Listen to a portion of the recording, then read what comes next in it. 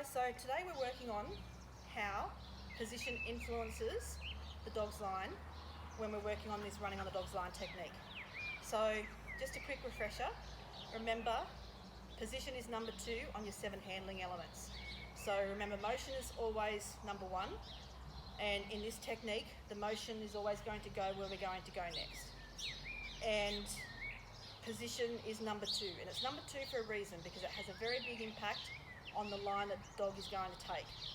Remember, generally speaking, with position, dogs like to work about that metre to a metre and a half from where we are. So our position will influences the dog's line. So we want to be positioning ourselves on course about a metre from where we want the dog's line to be. So that varies dog to dog, so it's going to depend on you and your dog, but generally speaking, we position ourselves so that we can influence where the dog's line is going to be. So in the 4 exits that we have in this particular setup, the first is going to be back towards the tunnel off this jump number 2. The next is going to be to the front side of jump 3, then to the back side of jump 3, and then behind us to jump 3, which is back there. So in the first running on the dog's line exit, I've sent to the back side of the jump, and I want the dog to go towards the tunnel. So I've positioned myself here, and as you can see the line coming through there, if not, have a look at where the pictures were. This first line going back towards the tunnel, I've positioned myself so that when the dog's taking off, it can clearly know where it's going next. So my motion's going this way, my position here is telling them, yep, we're going towards the tunnel. So before the dog's taking off, my position here is letting them know that's where we want them to go next. So then we want to not go to the tunnel, we want to go to the front side of jump 3 over here. So in this case, I've just changed my position. So now I want to be positioned about here for this one. And this means that when the dog's gone to the backside and is looking where to go next before it takes off, my position here now lets it know that we've changed the line. So no longer do they go behind on this line. I've moved across that line and created where I want the new line to be. So now I'm positioned here.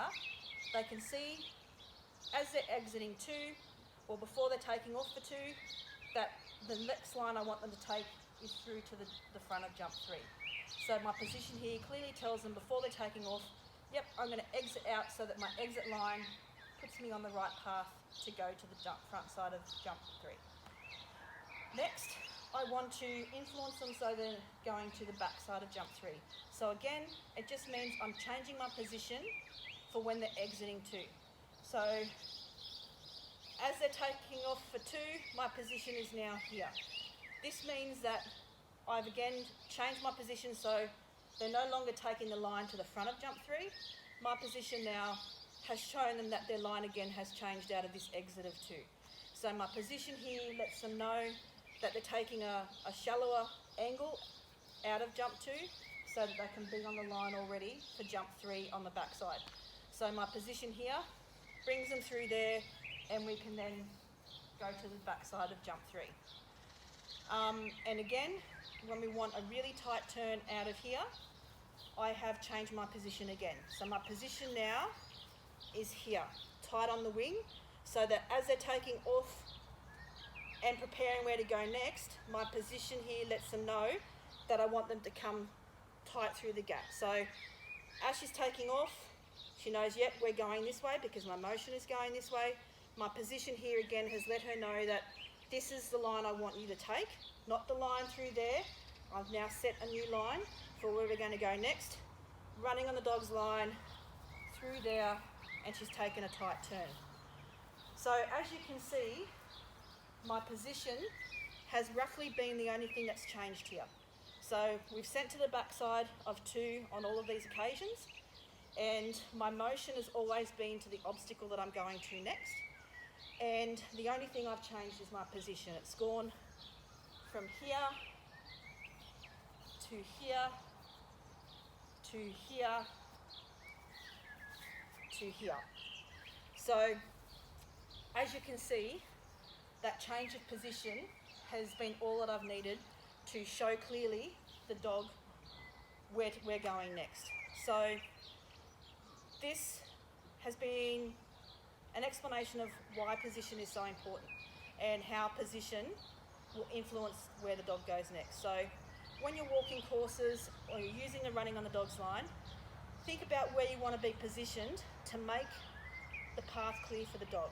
Our goal in agility is to make sure that the dog can read the course clearly, cleanly and safely. So that position is going to influence how well they do that. So my positioning here has shown Storm when she's done this, that as you're going to the backside of 2, she can adjust herself on that so that she can take these jumps without injuring herself. She clearly knows where she's going next so that she doesn't have any questions in her mind.